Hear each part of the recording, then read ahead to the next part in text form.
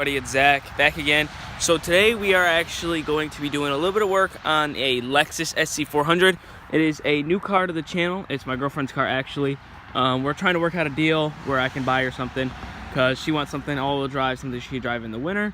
And this is rear-wheel drive, so we're gonna try to work out a deal. Maybe I can become the owner of this sometime soon. But until then, this is my girlfriend's car. We're gonna be doing a little bit of work to it today. We still do have the E36. We have a couple more cars that need to be on the channel, just they aren't here at the house yet. So this is the SC400, is the one with the 1UZ. Today we're going to be doing, I have to put the bumper back on, put the taillight back on. It was in a little bit of an accident, if you can't see there and kind of there. And then inside the trunk, the rear frame rails are kind of bent a little bit.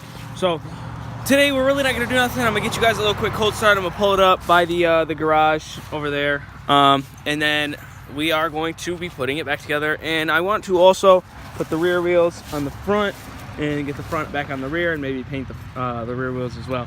So let's get to it.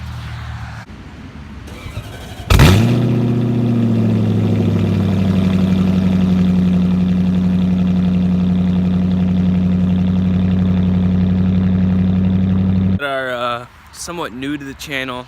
I just want to let you guys know I did go to a drift event back in April, and then I got rid of that car, so I wasn't really able to make it to any more drift events after that.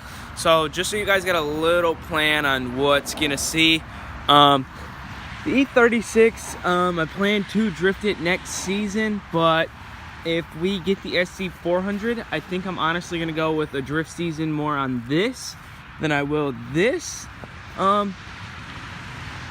I can't really explain it 100% right now, but it's more of just a personal preference on, I'd just rather like to save this and just be kind of like the street daily, and I'll just drift it around in the streets with buddies and snow drifts and stuff. And then this I kind of want to do more purpose track car, just because I've always really liked the Lexus. I had an SC300. I don't know if you guys seen that on the channel before. I'm not sure if I really posted it. But I used to have an SC300. I wasn't really ever a fan of the SC400, but my girlfriend got it, and I was kind of, you know what, I like the V8. So this, I think, would be a lot better to drift than the E36, in my opinion. I'm not too sure how it's going to work out with this being auto, because the E36, as you can see over here, I have two 5-speed transmissions for it, because it is auto, and I have the full manual swap, and then there's a clutch right there. You can somewhat see it. So all I'm missing from my manual swap is a clutch and a flywheel. I have everything else. I have the drive shaft right there. I have the transmission. I have all the clutch pedals and all the pedal assembly and all that stuff, as you can see. So I'm not too sure which one I'm going to do. I'm thinking about doing W58 on this. I think you have to swap the bell housings to go 5-speed. I'm not too sure. I'm not really into Lexus. I know a bit more about BMWs than I do these, but so that's really going to be the plan for this. So let's get started on working on it. As you can see, here's the let me move the tail light. Here's the damage of the frame rails. You can kind of see all up in here. That's where it's crumbled there, and then it's kind of like bent right there. And then same for the side. The side's actually not as bad. It's really just kind of crumbled up in this one spot here. As you can kind of see, I want to say it was kind of hit from this area. It was hit definitely in the middle, as you can see, because there's damage obviously here. You can kind of see that's dented in. There's a crease there, and then you can see with the damage here, and then you can't really see the dents there, but you can see that's kind of crumbled. This here is kind of crumbled. That's this here, and then that here. So you can obviously see the damage on where it pushed it, you know, itself back, and where the weak points obviously were. It's not really a big problem because it's really just the trunk. What's this even going to bother us for? So we are going to get the taillight back on. We're going to put the rear bumper back on, and then I think I have to align the trunk, and then that should be it for this. I got some of the shit out of the trunk as well. I have both the taillights on and the bumper. It's on by zip ties. 4 of them. I have one over there, 2 here, and then one right there. The guy who owned this before me, I don't know if he did it or not, but he like made his own wired up taillights, so it's kind of fucking jank. Because I know this taillight doesn't work, so I'm wondering if this one needs wired up as well, because this one does work, this one doesn't. But like I said, then again, this guy has it all wired up, so I'm not sure what this whole mess is even doing. I don't know what wiring goes to what.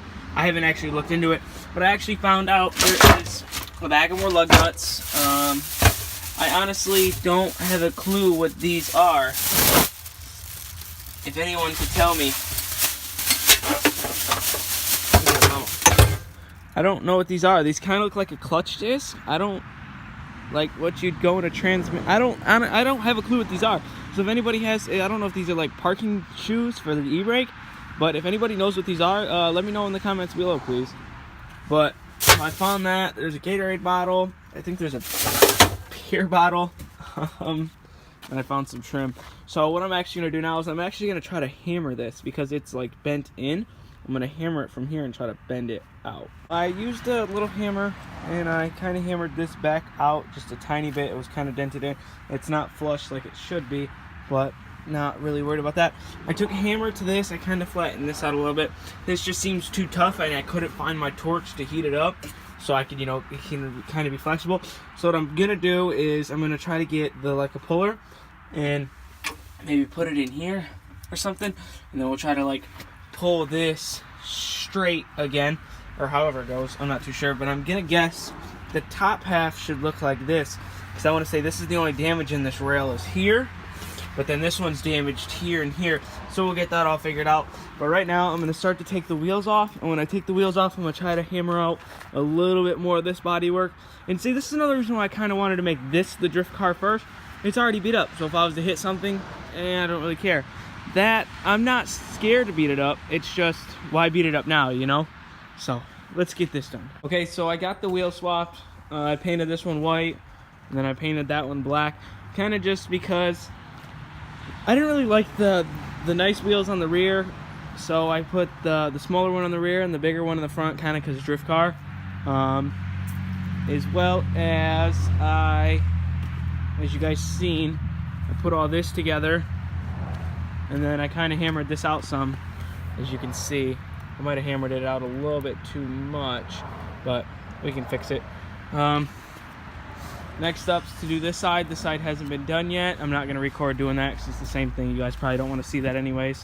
So that's going to conclude it for this video. If you liked it, give it a like. And if you want to see more of the Lexus and the E36 and the other cars to come, make sure you leave a subscribe down below. And I'll see you guys in the next one.